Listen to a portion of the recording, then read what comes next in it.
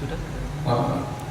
Bismillahirrahmanirrahim. Assalamualaikum warahmatullahi wabarakatuh. Waalaikumsalam warahmatullahi wabarakatuh. Alhamdulillah wa syukurillah wa la hawla wa la quwwata illa billah. Wassalatu wassalamu ala sayyidina Muhammadin ibn Abdillah wa ala alihi wa ashabihi wa mawala amma ba'du. Alhamdulillah, pada pagi hari ini saya mendapatkan kesempatan untuk bersilaturahim yang difasilitasi oleh Pak Miftah. Ini merupakan sebuah anugerah buat saya pribadi yang sering sekali lewat sini, tapi mendapatkan kesempatan untuk langsung berkah dari jamaah dan masjid yang sangat mulia. Karena saya juga tidak jauh tinggal di sektor Sanibua di BSC juga. Baik Bapak Ibu sekalian yang dirahmati Allah Subhanahu wa taala, mudah-mudahan langkah kita untuk hadir di dalam majelis yang sangat mulia ini menjadi awal berkah kita minimal untuk mendapatkan kebaikan-kebaikan di hari ini. Amin.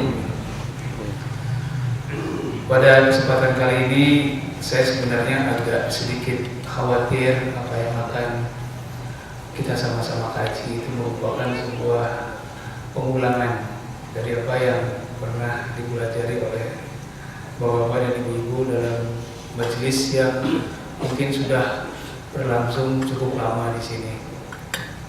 Karena saya dengar juga di sini banyak sekali kajian-kajian dari berbagai macam kitab. Jadi saya ada kekhawatiran terjadi pengulangan.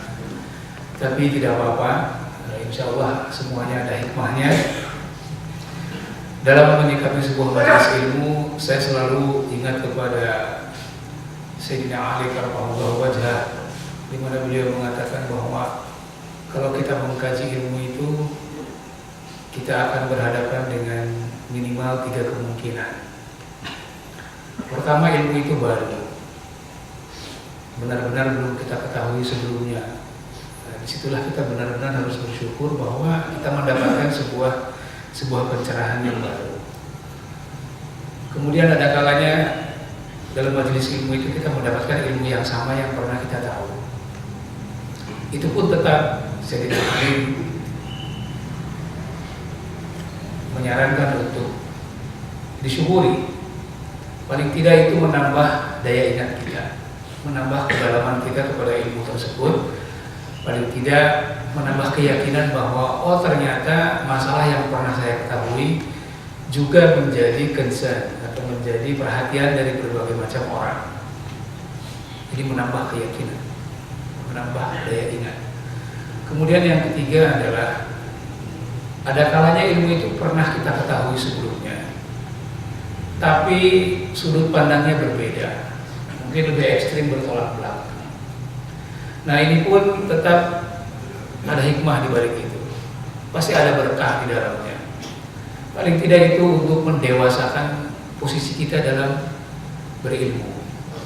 Kita tidak menjadi orang yang terlalu eksklusif dengan gagasan kita sendiri. Kita menjadi matang dalam menyikapi perbedaan, bahwa paling tidak ada asumsi yang akhirnya kita mampu mengatakan, oh di sana ternyata ada yang berbeda pendapat. Oh ternyata dalilnya juga benar. Oh ternyata perbedaan itu tidak selama ini saya anggap seolah-olah tidak berdasar dan tidak berdalil dan lain sebagainya. Jadi insya Allah apapun yang akan sama-sama kita pelajari, yang akan sama-sama kaji, walaupun sudah saya ulas juga, ini juga menambah daya ingat bagi diri saya pribadi.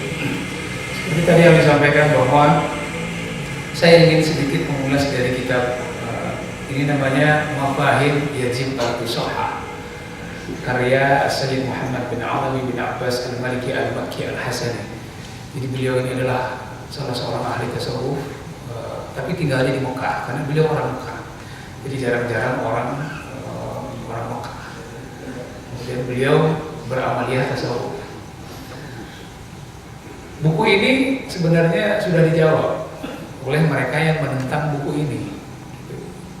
Judulnya Tashih Mafahim Yajib Al-Tusahah. Jadi artinya membetulkan, meluruskan buku Mafahim Yajib Antusahah. Jadi buku ini adalah menjawab amaliyah-amaliyah yang selama ini ditudingkan sebagai bid'ah oleh sebagian kalangan. Kemudian dijawab lagi oleh mereka yang tetap mengatakan bahwa itu bid'ah. Tapi dari sisi khazanah keilmuan ini merupakan sebuah dinamika yang biasa. Sudah terjadi sejak berabad-abad lampau. Para ulama kalau berbeda pendapat mereka menjawab dengan karya ilmiah. Seperti Imam Ghazali menulis buku yang judulnya Tahafutul Falasifah, yaitu dengan bahasa yang paling sederhana kira-kira artinya adalah kebelingeran para filosof, melencengnya para filosof. Nah, Imam Ghazali ketika menulis Tahafutul Falasifah, setelah sebelumnya dia menjadi seorang filosof dulu, jadi baru tahu melencengnya filsafat bagaimana, kemudian dia mengarang buku ini. Tapi penerus ulama yang datang beberapa dekade kemudian tidak setuju dengan kitab itu.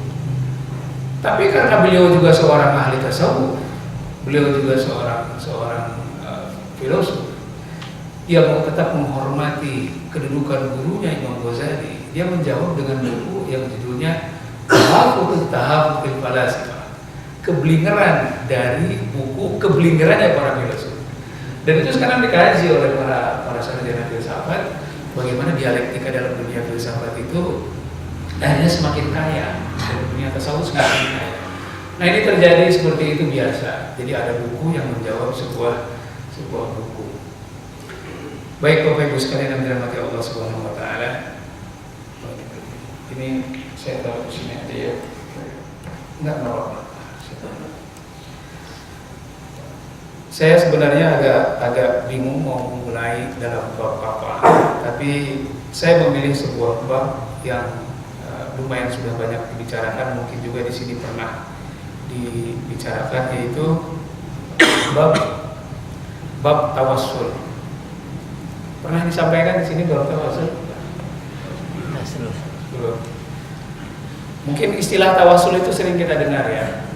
Tawassul itu kita berdoa kepada Allah, kemudian kita dalam berdoa kemudian menyebutkan minimal Rasulullah SAW biasanya. Allahumma inni atawassalu bi Rasulillah SAW, butuh apa? Jadi bertawassul kepada Rasulullah SAW. Jadi kalau kita lihat kegiatan-kegiatan yang namanya istighotsah, yang namanya isti'anah, itu sebenarnya bagian daripada tawassul kita kepada Rasulullah SAW. Karena kalau kita melaksanakan istighotsah itu banyak sekali kita membacakan salawat-salawat menunjukkan kedekatan kita kepada Rasulullah SAW dengan tujuan agar doa kita diijabah oleh Allah Subhanahu wa taala, apalagi kita lakukan secara bersama-sama. Nah, Syekh Al-Waligi di sini mengatakan bahwa anna tawassul huwa ahadu turuqid du'a wa babun min abwabit tawajjuh ila Allah taala. Wal maqsurul asli al-haqiqi huwa Allah Subhanahu wa taala. Jadi dikatakan bahwa yang namanya tawassul itu hanya merupakan salah satu cara untuk berdoa. Jadi hanya salah satu metode untuk berdoa. Jadi yang namanya tawassul hanya metode. Kan banyak orang yang berdoa bentuknya macam-macam. Ini hanya salah satu metode berdoa. Wa babun min abwabit tawajjuh ila Allah Subhanahu wa taala. Dan salah satu pintu dari sekian banyak pintu bagaimana caranya menghadap kepada Allah Subhanahu wa taala. Fal maqsudul asli al haqiqi wa Allah Subhanahu wa taala. Sementara yang dituju itu adalah Allah Subhanahu wa taala, bukan siapa-siapa. Jadi kalau misalnya sering ada yang menggugat bagaimana dengan ayat di mana Allah berfirman, iyyaka na'budu wa iyyaka nasta'in, hanya kepada Engkau Allah ya Allah aku menyembah dan kepada Engkau aku meminta pertolongan. Kemudian ada hadis yang mengatakan wa idza sa'alta fas'alillah wa idza sta'anta fasta'in billah. Kalau engkau meminta maka mintalah kepada Allah, dan kalau engkau meminta pertolongan, minta pertolonganlah kepada Allah. Nah, ayat atau hadis yang seperti ini tidak menggugurkan sunnah tawassul, Hadis yang mengatakan idza sta'anta fasta'in billah, kalau engkau minta pertolongan mintalah langsung kepada Allah, bukan berarti melarang tawassul. Karena maksud daripada hadis ini bukan tawassul. Maksud daripada hadis ini adalah jangan sampai kalau kita minta bukan kepada Allah. Bukan caranya.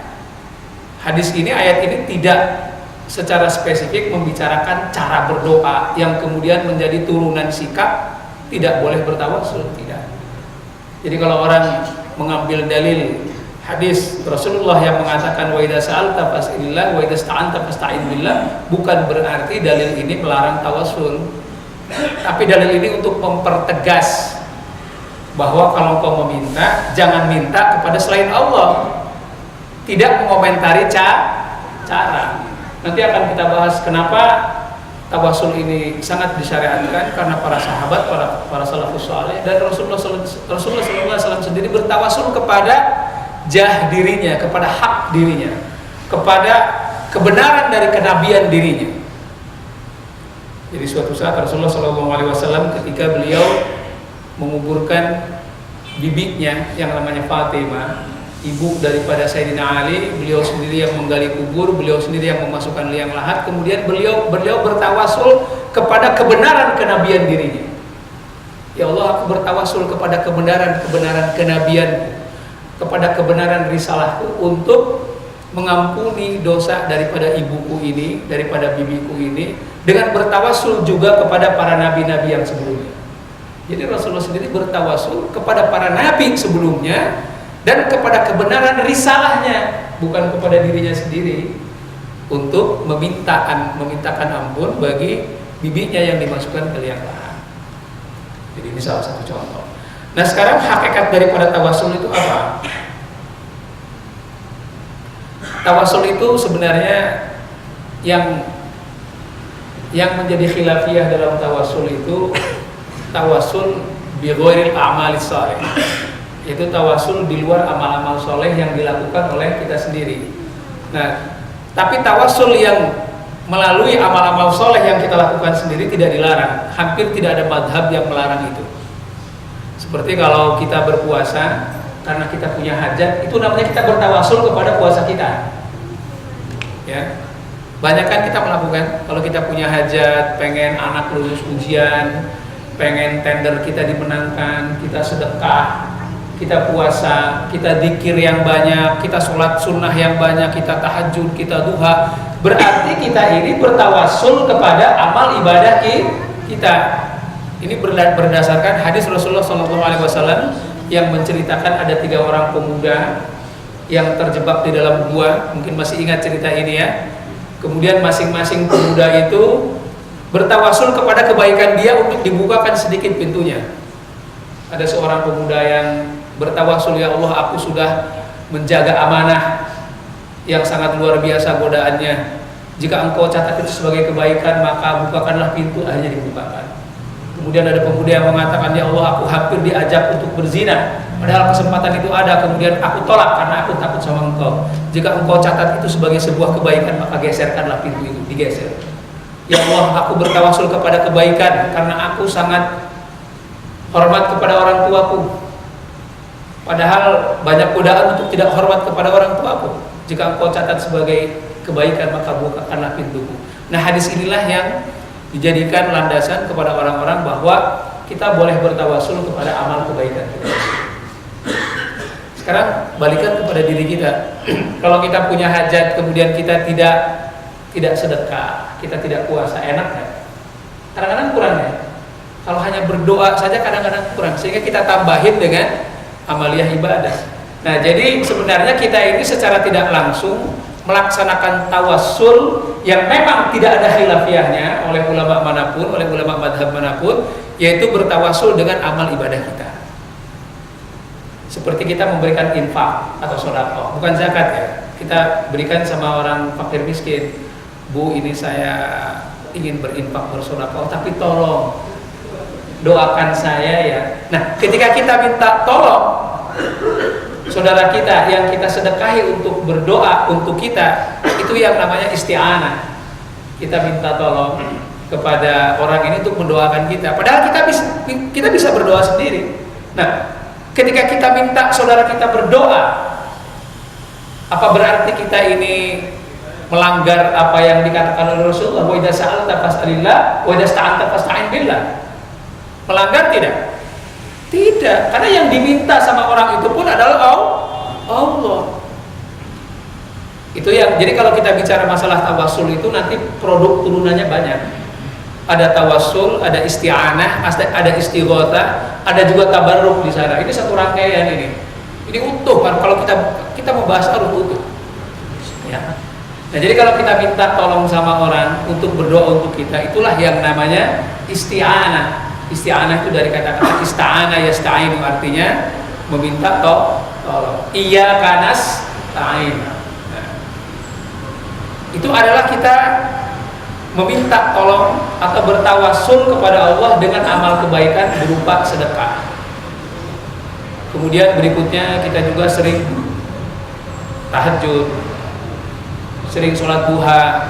Padahal kalau kita tidak punya hajat, kita juga tidak sholat duha, kita juga tidak tahajud mungkin, kita juga zikirnya standar-standar aja.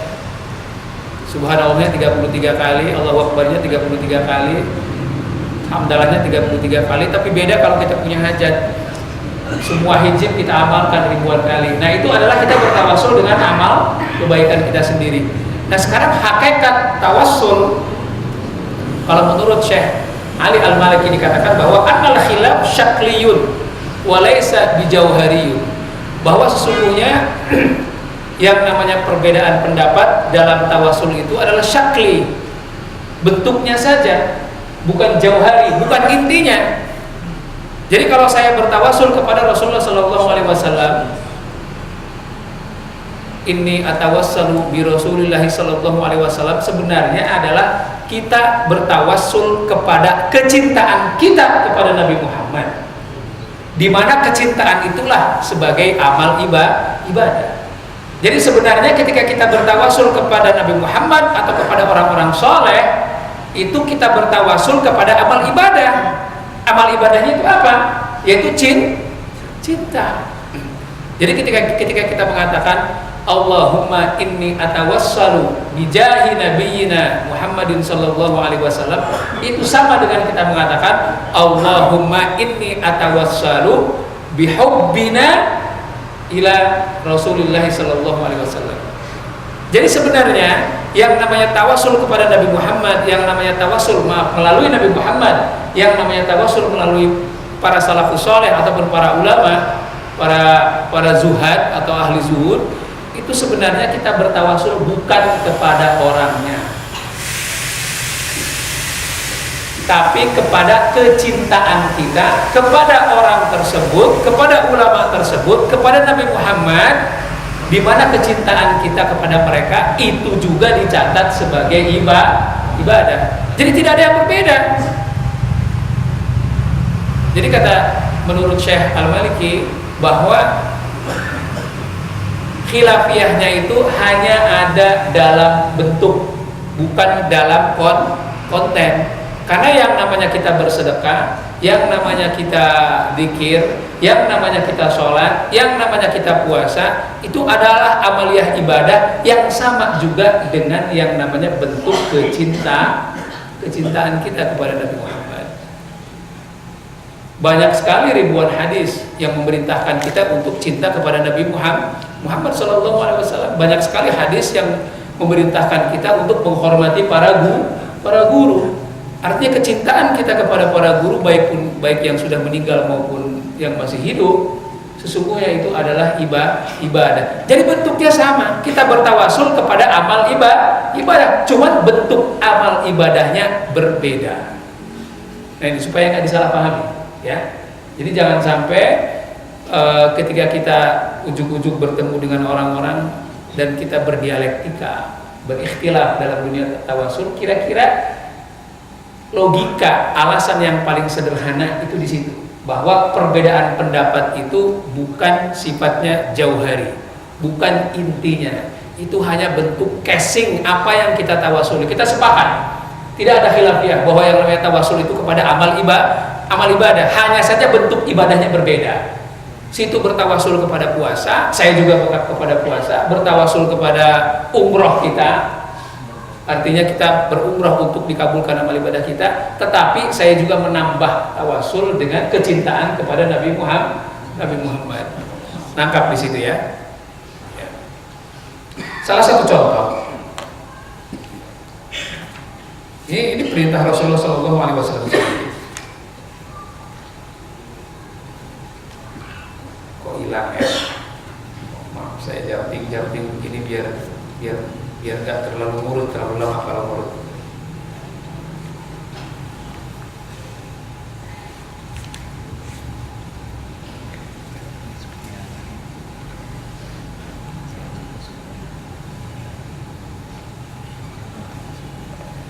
Di sini Rasulullah SAW bersabda begini, man kharaja min baitihi ila sholat, barang siapa yang keluar rumahnya untuk pergi sholat, maksudnya sholat di masjid, faqala, kemudian dia mengatakan atau berdoa, Allahumma inni as'aluka bihaqqis sa'ilina alaika, ya Allah, sesungguhnya aku memohon kepada engkau atau berdoa kepada engkau bihaqqis sa'ilina ilaika, dengan berwasilah kepada kebaikan orang-orang yang sedang berdoa kepada engkau, wa bihaqqi mamashi hada, dan kepada orang-orang yang juga berjalan ke masjid bersama dengan aku. Jadi kita ini boleh bertawasul kepada kecintaan kita kepada sesama jamaah di sini. Ya, karena apa? Kita yakin bahwa saudara-saudara kita ini adalah orang-orang yang insya Allah soleh, orang-orang yang baik, orang-orang yang jujur datang ke masjid memang untuk beribadah berjamaah dengan ikhlas lillahi ta'ala, tidak untuk yang lain. Dan kita berdoa pun lillahi ta'ala. Jadi Rasulullah mengatakan kalau engkau keluar rumah pergi ke masjid, maka ucapkanlah, atau paling tidak kalau engkau mengucapkan Allahumma inni as'aluka bihaqqis sa'ilina ilaika. Jadi di sini diartikan bahwa aku bertawasul kepada kebaikan orang-orang yang sedang meminta atau mau meminta berdoa kepada engkau. Wa bihaqqi mamashi hada, dan orang-orang yang berjalan menuju masjidmu ini. Fa inilah akhrud asyarran wala bataran, dan aku juga tidak keluar dari rumah menuju masjid ini untuk keburukan. Wala riya'an wala sum'atan, dan juga tidak untuk riya ataupun ingin disebut-sebut. Kharajtu ittiqa'a sakhati wa ibtigha'a mardatik, dan aku juga keluar hanya untuk menghindari murkamu dan mengharapkan ridhamu. As'aluka an ta'idani minan nar, dan aku juga memohon untuk dihindarkan dari api neraka.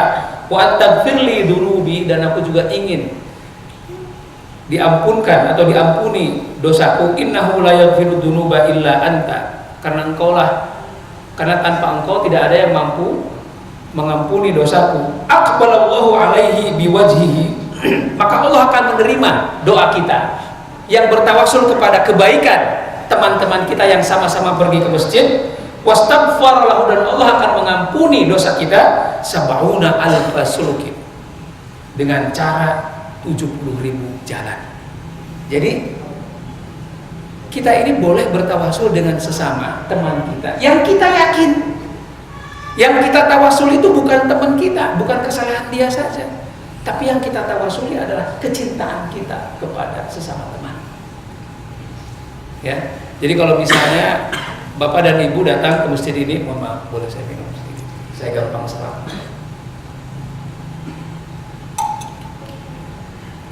Jadi kalau misalnya Bapak Ibu datang ke sini ke masjid, kemudian sudah banyak jamaah di sini, berdoa. Setelah sholat berdoa, ya Allah, aku berdoa, bertawasul dengan ketulusan hamba-hambamu yang menjadi sahabat-sahabat yang aku cintai ini, untuk mengabulkan setiap hajat. Itu boleh. Di sini Rasulullah malah kita boleh bertawasul dengan kecintaan kita kepada sesama teman, asal dengan catatan kita yakin bahwa teman yang kita tawasuli itu, yang kita cintai, dia juga mencintai Allah, dan kita yakin Allah mencintai dia. Kuncinya di situ. Kuncinya kalau kita mau bertawasul dengan kebaikan orang, kesalehan orang, kita harus yakin bahwa orang itu benar-benar tulus ikhlas mencintai Allah, dan kita juga yakin bahwa Allah mencintai dia. Ya. Apalagi dengan para ulama, apalagi dengan para guru, apalagi dengan Rasulullah Sallallahu Alaihi Wasallam. Maka kenapa hampir semua ulama itu, sampai Ibnu Taimiyah sendiri, sampai Muhammad bin Abdul Wahab sendiri, sampai Syekh Nasiruddin Al-Albani sendiri, itu kalau misalnya tawasulnya kepada Nabi Muhammad, mereka bersepakat oke. Mereka bersepakat tidak apa-apa. Tapi yang jadi persoalan adalah tawasulnya kepada orang-orang soleh selain Nabi Muhammad. Walaupun dalilnya juga banyak. Tapi artinya di sini ada tawasul yang memang tidak ada ruang perdebatan, yaitu tawasul kepada amal perbuatan kita dan tawasul kepada Rasulullah Shallallahu Alaihi Wasallam. Cuman yang jadi persoalan adalah kalau kita bertawasul kepada Rasulullah itu kan sifatnya refleks, sifatnya rutin, sehingga kadang-kadang tawasul kita itu menjadi sebuah rutinitas yang maknanya bisa menjadi hilang. Berbeda kalau misalnya kita ini bertemu dengan guru kita, bertemu dengan orang tua kita, bertemu dengan sahabat kita yang kita tahu betul bahwa dia memiliki kecintaan kepada Allah dan kita yakin bahwa Allah mencintai dia. Nah, itu kalau kita tawasuli itu benar-benar akan masuk ke dalam hati.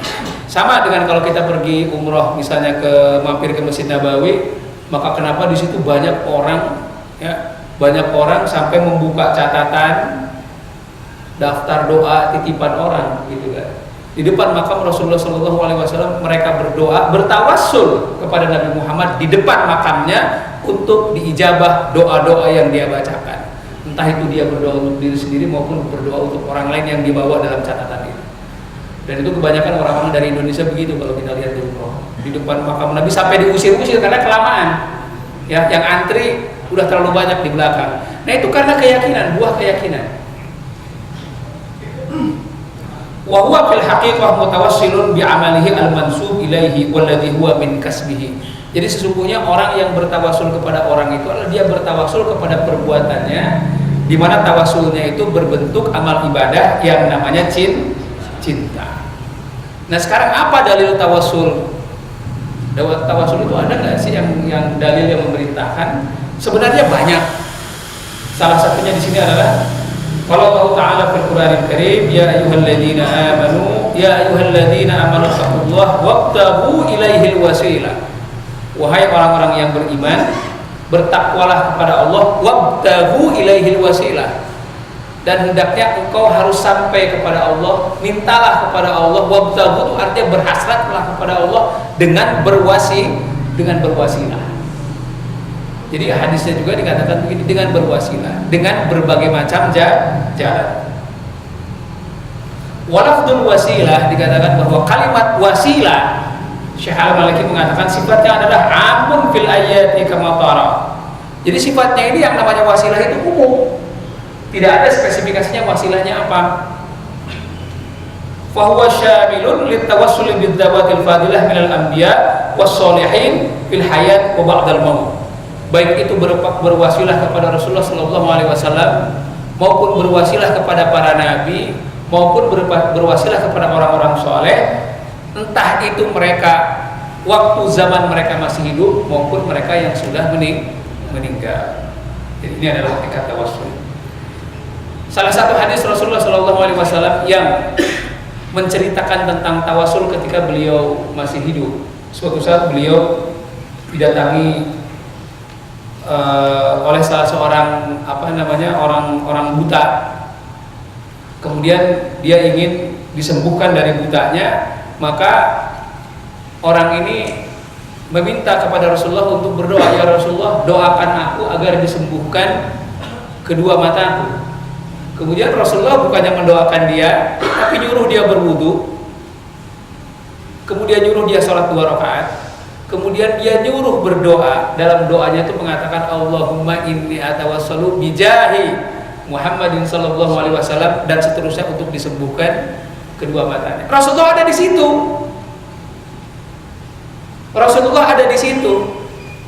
Ketika dia datang, Rasulullah bukannya berdoa langsung. Rasulullah mengatakan, kamu mau aku doakan sekarang atau nanti? Tapi sebaiknya kamu pergi berwudu dulu, kemudian kamu sholat 2 rakaat, kemudian kamu berdoa. Dalam doanya katakan begini, Allahumma inni atawassalu bijahi Nabiyyika Muhammadin sallallahu alaihi wasallam. Silahkan teruskan dengan doa apa yang kamu minta di depan Rasulullah sendiri. Ya, bukannya apa-apa. Jadi Rasulullah pun mengajari orang itu untuk tahu bagaimana metode berdoa yang juga baik, yaitu bertawasul kepada Rasulullah. Ini Rasulullah masih hidup. Dalam hadis yang lain juga diriwayatkan suatu saat ketika Madinah dilanda kekeringan yang luar biasa, kemudian para sahabat datang kepada Sayyidati Aisyah. Wahai Aisyah, ini bagaimana? Ini Madinah sekarang dilanda kekeringan yang luar biasa. Apa yang harus kami lakukan? Kemudian Aisyah mengatakan, pergilah engkau ke makam Rasulullah SAW, berdoalah kamu di sana, istighosahlah kamu di sana, karena antara makam Rasulullah dengan langit tidak ada pintu yang tertutup. Jadi antara makam Rasulullah SAW dengan arsy, dengan langit itu seperti sebuah lorong, tidak ada hambatan. Mintalah engkau di sana, istighosahlah, istisqolah kamu di sana, di makam Rasulullah, karena antara makam Rasulullah dengan langit tidak ada yang menghalangi. Kemudian para sahabat ke sana istighosah, dia bertawasul kepada Rasulullah yang sudah wafat. Tidak lama kemudian langit tiba-tiba jadi mendung, kemudian hujan terus-menerus selama seminggu tidak berhenti. Akhirnya ternak pada gemuk kembali, kemudian tanaman hijau kembali. Jadi ini 2 peristiwa yang luar biasa, dan banyak sekali peristiwa-peristiwa yang lain bahwa Rasulullah menyuruh bertawasul ketika beliau masih hidup, dan juga Siti Aisyah menyuruh bertawasul kepada Rasulullah walaupun dia sudah wafat. Karena Rasulullah sendiri mengatakan bahwa mauti khairun lakum, hayati khairun lakum, wa mauti khairun lakum. Bahwa hidupku ini juga membawa kebaikan buat kalian, dan matiku juga membawa kebaikan buat kalian. Karena walaupun aku di alam barzakh sana, semua perbuatan kalian itu dipaparkan depanku. Seandainya perbuatan kalian itu buruk, seandainya perbuatan kalian itu baik, maka aku akan bertahmid kepada Allah, maka aku akan bersyukur kepada Allah. Dan seandainya perbuatan kalian yang kalian pertontonkan kepada aku ketika aku di alam barzakh sana adalah buruk, maka aku meminta ampun kepada Allah. Jadi Rasulullah dalam posisi wafatnya beliau masih berdoa mengampuni umatnya. Seperti yang sering kita dengar dalam hadis Rasulullah SAW, bahwa ketika Rasulullah SAW mendengarkan ada seorang yang bersolawat, dia minta kepada Allah untuk dikembalikan ruhnya agar dia bisa menjawab solawat orang yang menjawab solawat orang yang menyampaikan solawat kepada dia. Dia minta dikembalikan ruhnya agar dia bisa membalas solawat. Wala tahsabanna alladziina qutilu fi sabilillahi amwat. Janganlah engkau mengatakan atau berpikiran bahwa orang-orang yang mati di jalan Allah itu amwat, mereka mati. Orang-orang yang berjihad di jalan Allah saja mereka tidak mati ruhnya, apalagi Rasulullah sallallahu alaihi wasallam. Jadi itu merupakan beberapa iktibar bahwa tawasul itu dilakukan oleh para sahabat, baik mereka dalam keadaan masih baik Rasulullah dalam keadaan masih hidup maupun sudah meninggal. Kemudian salah satu dalil kenapa kita boleh bertawasul kepada orang selain Rasulullah SAW. Suatu saat Sayyidina Umar sama menghadapi masa paceklik, masa kekeringan.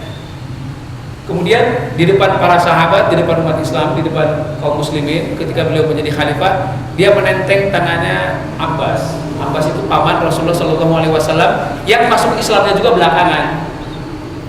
Kemudian Sayyidina Abbas berdoa, Allahumma inni atawassalu bi Abbas ammu sayyidina Muhammadin SAW ayyusqini. Ya Allah, aku bertawassul kepada Abbas, ammu nabiyika, paman daripada nabimu, antusqini, untuk kau turunkan hujan. Ini salah satu dalil bahwa kita boleh bertawasul kepada orang selain Rasulullah. Kemudian ada yang bertanya, itu kan berarti sebenarnya yang kita tawasul itu karena kebetulan Sayyidina Abbas itu adalah keluarga Rasulullah. Memang betul, karena di situ ketika Sayyidina Umar mengangkat tangan Abbas, dia tidak mengatakan Allahumma inni atawassalu bi Abbas bin Abdul Muthalib, tidak, tapi bi Abbas ammu nabiyyika. Jadi memang di sini memiliki dua maksud. Pertama adalah ikramu ahlul bait. Jadi ketika Sayyidina Abbas dibawa untuk dijadikan tawassul, itu adalah untuk menghormati kepada ahlul bait, menghormati kepada turunan Nabi Muhammad atau keluarga Nabi Muhammad, bukan turunan karena Sayyidina Abbas itu lebih tua, kepada keluarga Rasulullah SAW. Yang kedua, ini merupakan sebuah indikator dan perintah bahwa kita boleh bertawasul kepada orang yang selain Rasulullah SAW. Kemudian yang terakhir, bahwa yang namanya tawasul itu sudah dilakukan oleh Nabi Adam alaihissalam. Nabi Adam itu bertawasul kepada Rasulullah SAW, padahal Rasulullah itu belum diciptakan. Jadi kalau kita sering berdoa, Rabbana zalamna anfusana fa illam taghfir lana wa tarhamna lanakunanna minal khasirin, itu sebenarnya adalah doa yang sudah dilakukan oleh Nabi Adam.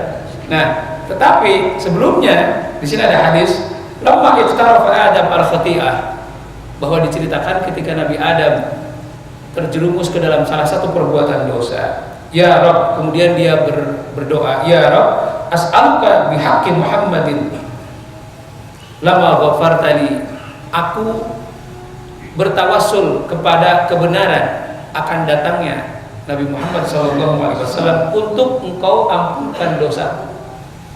Faqala Allah Ta'ala, kemudian Allah Ta'ala bertanya kepada Nabi Adam, ya Adam, wa kaifa arafta Muhammadan wa lam akhluqhu, wahai Adam, bagaimana engkau tahu tentang yang namanya Muhammad padahal aku belum menciptakan dia? Faqala, kemudian Nabi Adam menjawab, ya Rabb, li'annaka lamma khalaqtani biyadika wa nafakhta fiyya min ruhika, karena ketika engkau menciptakan aku dan engkau tiupkan ruh, sebagian ruhmu dalam jasadku, rafa'tu ra'si fara'aitu ala qawaimal 'arsy maktuban, kemudian aku membuka mataku dan aku menaikkan kepalaku dan aku lihat di dalam tiang arsy, ya, di dalam tiang arsy, di sana tertulis la ilaha illallah Muhammadur Rasulullah. Aku melihat di sana ada tulisan la ilaha illallah Muhammadur Rasulullah. Fa'alimtu annaka lam tudib ila ismika illa ahabbal khalqi ilaika. Maka di situ aku tahu bahwa engkau tidak mungkin menambahkan sebuah nama di samping namamu kecuali nama itu engkau cintai. Faqala Allah Ta'ala, shadaqta ya Adam, engkau telah mengatakan kebenaran wahai Adam. Innahu lahabbul khalqi ilayya, karena yang namanya Muhammad itu adalah makhlukku yang paling aku cintai. Ud'uni bihaqqihi, berdoalah engkau dengan kebenaran akan datangnya kenabian Nabi Muhammad. Ghafartu laka, dan aku ampunkan semua dosa-dosamu. Walau la Muhammad ma khalaqtuka, kalau aku tidak memiliki niat untuk menciptakan yang namanya Muhammad, aku tidak memiliki hasrat untuk menciptakanmu. Jadi Allah mengatakan seperti itu, wahai Adam, aku membuatmu itu hanya sebagai wasilah, karena melalui kamu dan keturunanmu nanti akan lahir yang namanya Muhammad. Jadi Allah tidak sembarangan menciptakan Nabi Adam, karena beliau akan menciptakan, karena Allah akan menciptakan Nabi Muhammad. Jadi ini merupakan tawasul, dalil tawasul bahwa Nabi Adam itu bertawasul kepada Rasulullah padahal Rasulullah belum diciptakan. Walaupun dalil ini banyak digugat, hadis ini banyak digugat oleh orang-orang yang mendhaifkan, tapi lebih banyak para ulama, lebih banyak para ahli hadis yang mengatakan bahwa dalil ini sahih, mutawatir, dan bisa dijadikan alasan untuk dilakukannya tawasul kepada Rasulullah SAW. Inilah kira-kira mungkin sekedar pembukaan kajian kita tentang tawasul. Kurang lebihnya mohon maaf, kalau ada mungkin masih tanya jawab, silakan. Baik, Bapak Ibu, mungkin ada pertanyaan?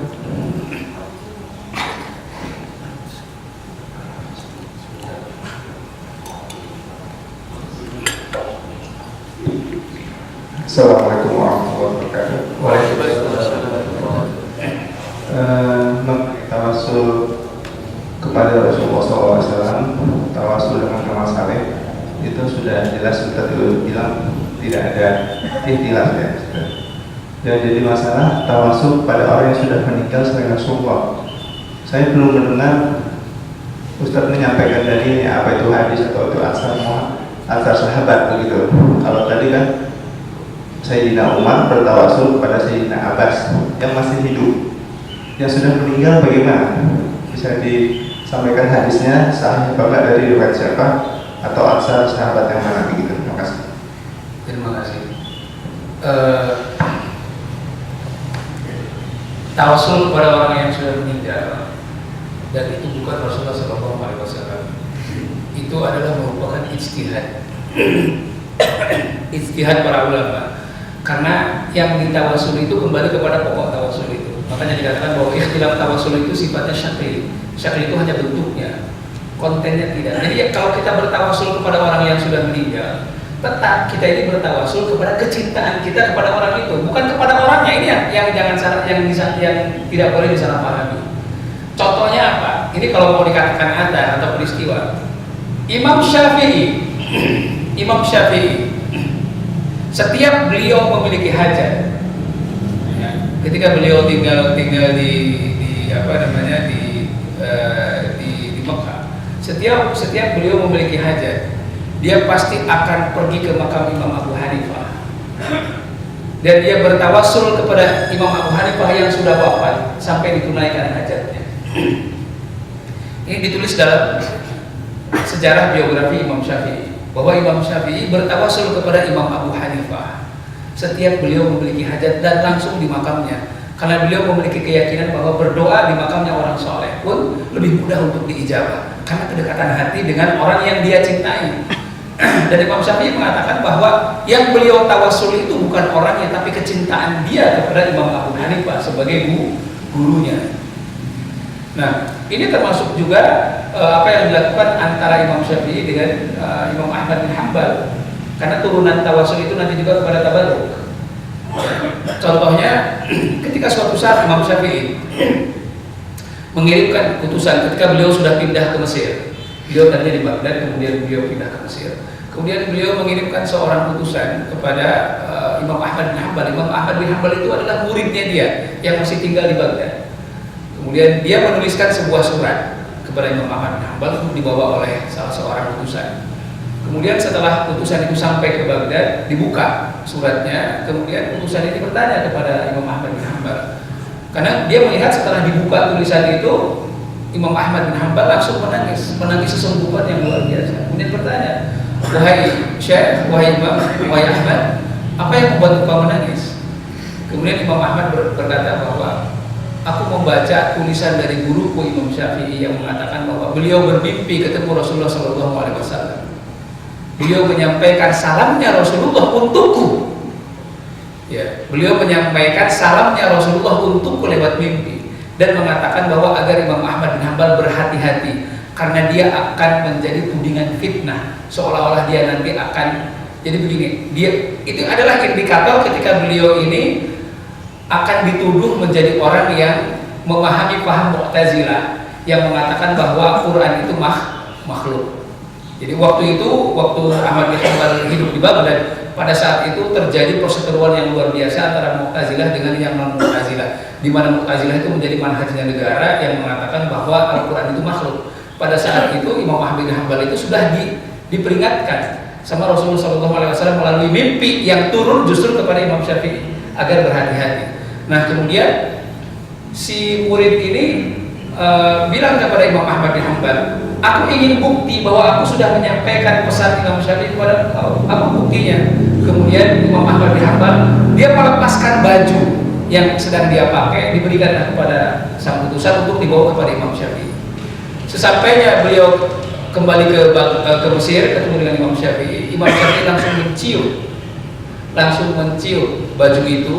Dan kemudian baju itu selalu dicuci dan air cuciannya itu dijadikan alat untuk tabarruk, untuk mengusap muka dia.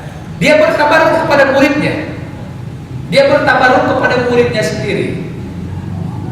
Karena dia yakin bahwa muridnya itu dicintai oleh Rasulullah SAW karena disampaikan pesan lewat mimpi. Jadi kalau kita ngomongin tawasul itu juga tabaruk. Ini adalah untuk orang-orang non Rasulullah SAW ketika beliau masih hidup. Artinya Imam Syafi'i melakukan tabaruk dan tawasul baik kepada gurunya yang sudah wafat, yang namanya Imam Abu Hanifah, maupun kepada muridnya sendiri yang dia sangat hormati kedalaman ilmunya dan dia masih hidup. Jadi kalau yang namanya athar memang tidak ada, yang namanya hadis tidak ada. Tapi ini ijtihad para ulama bahwa yang dimaksud dengan tawasul baik kepada Rasulullah SAW maupun kepada para sahabat, entah Rasulullah masih hidup maupun sudah wafat, itu intinya, esensinya adalah bertawasul kepada kecintaan. Jadi kalau kita sudah berbicara masalah kecintaan kepada orang yang ditawasul, itu sudah menjawab semua. Jadi kalau ada pertanyaan mana dalilnya? Ya dalil qat'iynya yang mengatakan, yang secara sharih mengatakan begitu tidak ada. Tapi Allah kan menciptakan akal di mana kita bisa berijtihad dan mengambil intisari pelajaran daripada tawasul itu adalah kepada kecintaan. Di mana kecintaan itu sama nilainya dengan amal ibadah walaupun bentuk ibadahnya berbeda. Antara sedekah dengan puasa saja berbeda. Antara puasa dengan sholat sunnah, tahajud dengan sholat sunnah duha saja berbeda. Dengan kecintaan pun berbeda. Jadi esensinya tidak berubah. Kita bertawasul kepada amal ibadah, hanya bentuk ibadahnya yang berlainan. Itulah kenapa Syekh Muhammad Al-Maliki mengatakan bahwa al-ikhtilafu syakliyun, bahwa ikhtilaf itu hanya dalam bentuk la jawhariyun, bukan dalam esensinya. Itu kira-kira.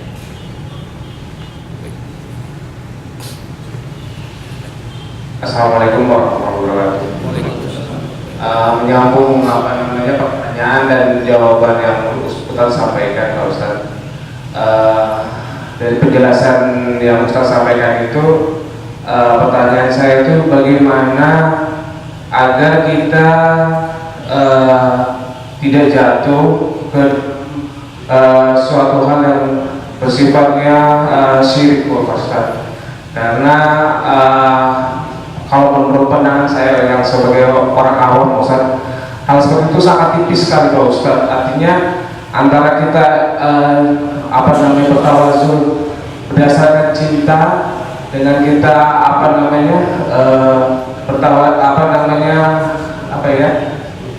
saya takut, Pak Ustaz, dalam arti apa yang kita lakukan tersebut niatnya awalnya ibadah, malah akhirnya jatuh ke dalam syirik. Niatnya awalnya kita mau mendapatkan pahala, malah kita mendapatkan dosa, Pak Ustaz.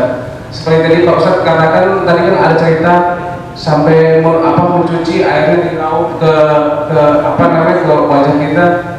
Saya lihat juga saudara-saudara kita yang ada di beberapa tempat juga melakukan hal tersebut di tempat-tempat yang mereka anggap dan mereka yakini bahwa di makam-makam tersebut adalah makam-makam orang-orang soleh gitu. Artinya jangan sampai, bagaimana sih caranya supaya kita tuh tidak terjebak ke dalam syirik gitu, Pak Ustaz. Itu yang pertanyaan saya, Pak Ustaz. Assalamualaikum warahmatullahi wabarakatuh. Waalaikumsalam. Kalau kita takut terjebak ke dalam kesyirikan, ya jangan dilakukan. Ini kan pilihan, Pak.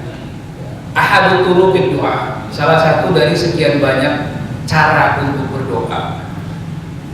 Kuncinya adalah keyakinan bahwa kita tidak akan syirik dengan kecintaan kita kepada orang yang kita tawasuli. Kalau kita punya perasaan takut syirik, ya jangan dilakukan. Gitu ya. Sederhana saja, jangan dilakukan karena ini adalah pilihan. Ini bukan kewajiban. Jadi bagi kita kalau punya perasaan waduh takut syirik ini, ya jangan, nggak usah dilakukan. Karena betul, memang batasannya itu tipis sekali.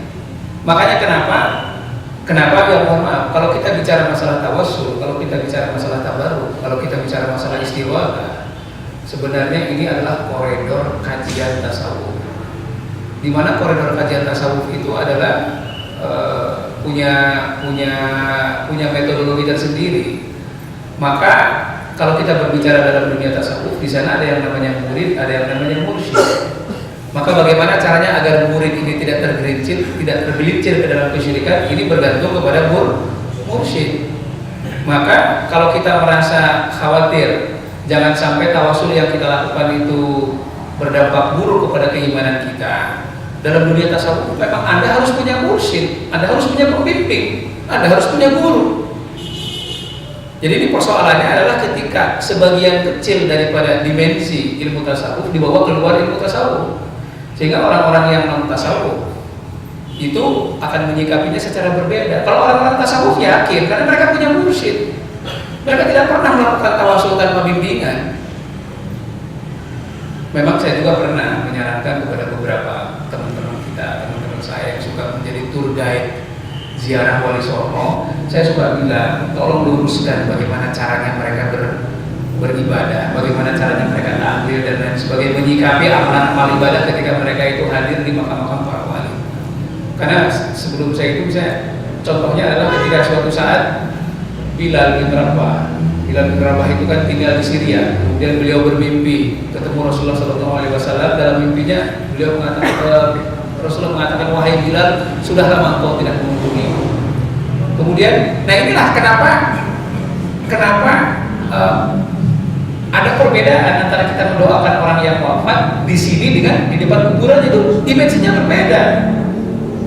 Sekarang kita boleh nggak mendoakan orang tua di sini di rumah masjid? Boleh. Tapi kalau kita mendoakan orang tua di kuburannya, pasti kita terbawa dengan suasana yang berbeda, lebih dekat, lebih khusyuk, lebih ada kekuatan emosi kita dengan orang tua. Makanya tetap yang namanya ziarah kubur, ya nanti suatu saat kalau kita masih dipertemukan kita bahas juga masalah bab ziarah kubur, pentingnya ziarah kubur. Nah, ketika Bilal bin Rabah bertemu dalam mimpi dengan Rasulullah SAW, logikanya kan ya sudah berdoa saja di sana di Damaskus, ngapain harus capek-capek ke Madinah naik onta 2 bulan. Tapi tetap Bilal datang ke Madinah, kemudian dia peluk itu yang namanya batu nisan Rasulullah SAW sambil menangis sampai ditempelkan muka dengan batu nisannya. Kemudian para sahabat bertanya, wahai Bilal, apa yang kamu lakukan? Jangan kamu menganggap bahwa yang aku peluk ini batu, yang aku peluk adalah jejaknya Rasulullah SAW. Ya, jadi Bilal sendiri melakukan itu, dan Bilal adalah sahabat. Jadi saya juga tidak bisa menyalahkan ketika orang ziarah kubur kemudian dia mengelus-elus batu nisan, ya terserah. Kalau Bapak mau menganggap saya ahlul khurafat, tapi saya merasa dan meyakini dalil itu, bahwa ketika Bilal memeluk batu nisan itu kemudian dia mengelus-eluskan mukanya ke dalam batu nisan itu, dia mencium, bahwa jangan engkau menganggap bahwa aku ini menciumi batu, aku menciumi Rasulullah SAW melalui jejaknya. Maka kalau kita berdoa di depan orang tua, kita elus-elus makamnya. Memang betul yang kita elus bukan batu, tapi yang kita elus adalah jejak daripada orang tua yang ada di situ. Ya. Jadi itu kembali kepada keyakinan ya, kepada keyakinan sendiri. Jadi kalau kita siap bertawasul ya boleh, tidak masalah, karena itu hanya salah satu cara. Maka itu tadi yang saya katakan kepada teman-teman yang suka mengantar ziarah ke makam Wali Songo, tolong diluruskan. Tolong dikaji yang namanya bab mahabbah, yang namanya bab kecintaan kita kepada orang-orang soleh. Bagaimana mereka mau cinta kepada orang soleh kalau mereka tidak tahu sejarah tentang orang soleh tersebut. Jangan sampai mereka datang ke makam para wali, imam wali, sementara mereka tidak kenal dia itu siapa. Maka penting untuk diajari sejarahnya mereka. Sunan Gunung Jati itu siapa? Kontribusinya dia kepada perkembangan umat Islam di tanah Jawa ini apa, karomahnya dia apa, dan begitu seterusnya. Sunan Muria, Sunan Kalijogo, kemudian Sunan Kudus, terus sampai Sunan Giri, sampai Sunan Maulana Malik Ibrahim.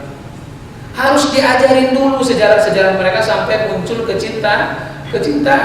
Ketika di antara para jamaah itu kecintaan kepada para wali ini sudah kuat, nah bawa yang Anda tawasuli itu kecintaan Anda kepada para aulia ini. Jangan kepada makamnya, memang salah. Kalau kita minta kepada makamnya salah. Bertabarruk pun harus diawali dengan kecintaan. Jadi itu yang saya sarankan kepada teman-teman yang suka mengajak ziarah, termasuk ziarah ke makam Rasulullah SAW kalau berumroh, apalagi ke ziarah makam wali. Tolong ajari tentang mahabbatul aulia, cinta kepada orang-orang soleh dan para wali. Itu dulu kuncinya. Kalau ilmu mahabbah kepada para aulia sudah cukup, itu gampang kita bimbing, insya Allah. Tapi yang jadi persoalan itu tadi.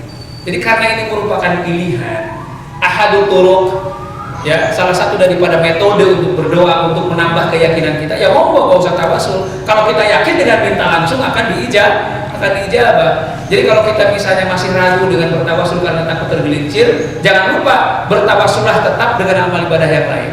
Ya. Jadi kalau kita punya hajat, ya silahkan puasa Senin Kemis, silahkan sedekah, silahkan tahajud, silahkan duha, silahkan amalkan zikir yang banyak yang jumlahnya ribuan. Itu adalah salah satu tawasul yang insya Allah dijamin oleh semua madhab. Tidak ada khilafiyahnya di situ. Sementara bertawasul kepada orang lain harus dengan mahabbah. Kalau kita belum tahu ilmu mahabbahnya dan takut tergelincir, jangan dilakukan daripada beresiko. Gitu ya. Baik. Yes. Ingin menanggapi sedikit Ustaz mengenai takut syirik daripada ketika bertawasul atau pada ziarah kubur, Ustaz. Ada satu iktibar. Di dalam Al-Quran Allah mengatakan, "Fa'idha maridtu fahuwa yashfin." Apabila kita sakit, maka Allah yang menyembuhkan. Tetapi ketika kita demam atau kita pusing kepala, apa yang kita lakukan? Kita beli obat. Kita beli obat. Kita minum obat supaya apa? Supaya penyakit kita, kepala kita reda. Nah, sekarang kita tahu Allah menyatakan jelas-jelas fa'idha baridtu fahuwa yashfin. Apabila kamu sakit maka Allah yang menyembuhkan. Tapi kenapa kita masih beli obat? Nah, disitulah namanya itu usaha kita untuk agar kita mendapatkan kesembuhan daripada Allah. Yang namanya syirik itu bukan kita ada di kuburan, bukan ada di tempat-tempat yang mana kita tuju. Syirik itu adanya di hati kita. Kalau kita misalnya meyakini obat itu yang menyembuhkan kita, itu kita syirik. Benar sekali. Benar sekali. Kalau kita meyakini yang menggabungkan doa kita dan kuburan itu kita syirik.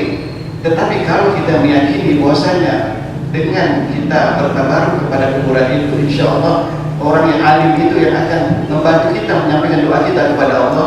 Mungkin kita akan lebih cepat sampai kepada doa itu. Memang Allah dekat kepada kita, tetapi kita ini dekat tidak kepada Allah seperti itu. Nah, makanya dengan kita memohon bantuan daripada orang-orang yang dekat kepada Allah, insya Allah Allah akan cepat doakan kepada kita, mengabulkan doa kita. Bukan kita meminta kepada orang yang di kuburan itu, tapi kita mintanya kepada Allah melalui orang ini. Terima kasih. Alhamdulillah. Apa dengan siapa? Dengan Ustaz Mahmud. Ini luar biasa. Ini ilustrasi yang sangat luar biasa yang saya juga sering ingat masalah ilustrasi ini. Tapi terima kasih Ustaz Mahmud mengingatkan. Ya, sama yaitu tadi. Cuman ini kenapa orang takut tergelincir dengan tawasul kepada orang-orang soleh, tapi dia tidak takut tergelincir dengan syiriknya obat. Memang bentuknya agak berbeda. Kalau tawasul kepada orang-orang soleh, apalagi yang sudah wafat, itu sifatnya spiritual, intangible. Ya, sehingga mudah sekali. Ini kan urusan hati. Urusan hati dengan sesuatu yang tidak terlihat itu jauh lebih kompleks. Tapi obat, karena obat itu bisa dinelar secara ilmiah, mengandung zat ini, sehingga secara nalar itu mudah untuk disimpulkan bahwa ini memang membantu penyembuhan walaupun kehendaknya adalah kehendak Allah. Jadi obat itu merupakan bentuk ijtihad, bentuk tawakalnya orang yang ingin mencari kesembuhan. Nah, ini yang jadi persoalan adalah ketika kita bertawasul kepada orang lain yang sudah wafat, sifatnya kan spiritual. Nah, memahami dunia spiritual itu memang tidak bisa dengan nalar logika. Itu yang jadi persoalan. Ini yang jadi persoalan adalah kita ini mencampur adukan antara nalar logika dengan dunia spiritual. Yang namanya doa itu kan dunia spiritual. Dimensinya dimensi spiritual. Yang kita minta itu adalah zat yang gaib, Allah. Yang kita tawasulin juga gaib, orang yang sudah wafat, ruhnya. Kemudian kita bawa ke dalam dimensi fisikal, dimensi yang sifatnya tangible. Sulit, memang sulit, dibutuhkan sebuah kesiapan mental. Tapi pada hakikatnya sama. Ketika kita bertawasul kepada obat, cuman kebetulan kenapa orang tidak tergelincir dengan bertawasul kepada obat, kepada kesyirikan, karena obat secara nalar memang mudah dicerna. Oh, dia mengandung ingredient ini yang memang secara ilmiah bisa menyembuhkan. Ini merupakan bentuk ijtihad. Tapi apa iya ijtihad saya kepada rohnya orang yang sudah wafat ini bisa diterima, kan begitu ya. Tapi logikanya kira-kira sama. Karena sekedar saya tambahkan bahwa dulu setelah Rasulullah wafat, bahkan ketika Rasulullah masih hidup pun, itu banyak orang yang bertabaruk kepada, ini kalau saya ceritakan dalam bab tabaruk lebih panjang lagi, bertabaruk kepada jubahnya Rasulullah, kepada tangannya Rasulullah, sampai ini mohon maaf, ada yang secara ekstrim orang bertabaruk kepada darahnya Rasulullah SAW. Ketika Rasulullah melakukan hijamah, apa itu? Bekam. Ada yang secara diam-diam orang yang melakukan hijamah itu tadinya mau buang darahnya, ternyata diminum. Kemudian Rasulullah bertanya, habis dari mana kamu? Enggak, itu habis ini darah. Darahnya kamu kemana ini? Saya minum. Loh, kenapa kamu minum? Saya ingin merasakan zat hadratnya Rasulullah dalam tubuhku. Jadi bayangkan saat itu tuh orang bertabaruk sampai seperti itu, ya. Rasulullah mendiamkan, tidak melarang, gitu ya. Nah, ini salah satu contoh bahwa betapa minimnya dunia pengobatan pada saat zaman Rasulullah dan para sahabat. Jadi karena minimnya dunia medis, terbatasnya para tabib, obat dan lain-lain, sehingga para sahabat itu banyak yang mengumpulkan rambut Rasulullah SAW. Kalau jadi minta kesembuhan, jadi kalau ada orang yang sakit, waktu itu ada beberapa orang yang masih menyimpan rambut Rasulullah. Kemudian kalau ada yang sakit, mereka mendatangi orang itu, kemudian rambutnya dicampur dengan air, airnya diminum. Itu merupakan ijtihad, karena mau nyari obat kemana. Tapi karena hatinya benar-benar dia cinta kepada Rasulullah dan bisa menjaga dari kesyirikan, ya buktinya mereka panjang umur sampai umur 70 sekian tahun masih pada hidup, ya para sahabat. Mereka juga nggak mati, nggak ada penyakit yang macam-macam pada saat itu. Ya, ini sekali lagi terima kasih kepada Ustaz Mahmud yang sudah mengingatkan ilustrasi seperti ini.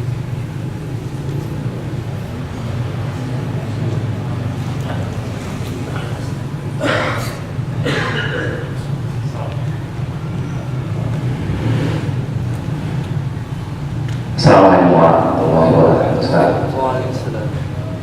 Ya, saya sedikit agak bingung gitu ya. Mungkin ada awas dulu bentrok dengan yang Al-Quran. Kalau di Al-Quran kan ada beberapa ayat juga yang mengatakan kita harus minta sesuatu dengan sabar dan sholat, dan juga hanya kepada Allah atau minta perlindungan dan pertolongan. Ya, untuk kita meminta sesuatu juga, apakah kita perlu juga datang ke seseorang yang sakit atau yang merasa dia itu sangat soleh untuk meminta doa kita dipanjatkan? Saya rasa begini, hanya saya sebagai orang awam yang bukan ahli hadis ahli Al-Quran, saya cuma orang seorang ahli kubur. Ya, jadi saya mau mencerahkannya dan perbandingannya, ya, doa Nabi Yunus sendiri yang waktu dia masuk ke mulut hiu ikan paus, dia tidak berdoa untuk meminta keluar dari mulut paus karena Allah sangat tahu apa yang kita inginkan.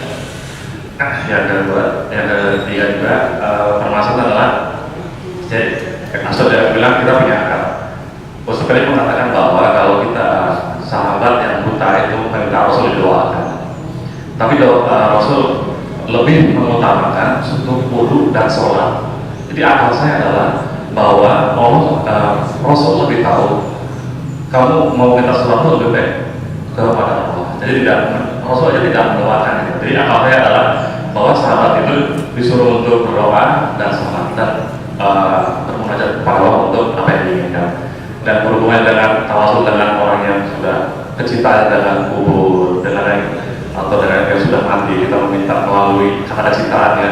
Ini bagaimana utamanya? Lebih penting manakah, atau kita langsung berdoa aja yang sudah dalam pada ayat Al-Quran itu, atau masih banyak perdebatan seperti ini? Kita lebih cinta dengan yang seorang guru atau wali, doa melalui dia. Menurut saya Al-Quran lebih tinggi. Jadi supaya tidak, kalau saya pribadi kan saya takut gitu. Jadi lebih baik saya berdoa aja, karena saya minta perlindungan dan pertolongan saat sholat hanya kepada Allah. Itu aja, kita mohon penjelasannya. Assalamualaikum warahmatullahi wabarakatuh. Waalaikumsalam warahmatullahi wabarakatuh. Ada siang. Jadi kembali kepada kajian kita di awal, bahwa tawasul itu adalah salah satu metode berdoa dari sekian banyak metode berdoa. Setelah ditutup aja. Setelah dari sekian banyak metode berdoa, dan jangan kita melihat yang namanya hadis atau dalil itu seolah-olah hanya itu cara berdoa. Kan Rasulullah kata wa ista'anta fasta'in billah, kalau kau minta tolonglah kepada Allah. Jadi kita tidak bisa mengambil dalil satu kemudian kita aplikasikan dalam setiap cara kita beribadah, termasuk dalam cara berdoa.